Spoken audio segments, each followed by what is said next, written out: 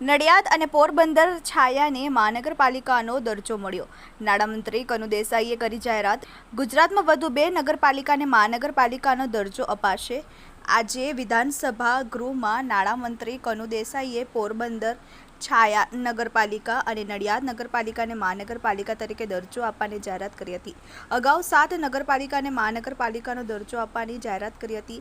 અગાઉ ગુજરાત વિધાનસભામાં બજેટ સત્રના બીજા દિવસે નાણામંત્રી કનુ દેસાઈએ બજેટ રજૂ કરતા સમયે 7 નગરપાલિકાને મહાનગરપાલિકાનો દરજ્જો આપવાની જાહેરાત કરી હતી, જેમાં નવસારી, ગાંધીધામ, મોરબી, વાપી, આણંદ, મહેસાણા તેમજ સુરેન્દ્રનગર અને વઢવાણ સંયુક્તોનો સમાવેશ થાય છે. નડિયાદને મહાનગરપાલિકાનો દરજ્જો મળે તે માટે પંકજભાઈ દેસાઈએ વિધાનસભામાં રજૂઆત કરી હતી, જેમની રજૂઆતને ધ્યાનમાં લઈને આ જાહેરાત કરવામાં આવી હતી.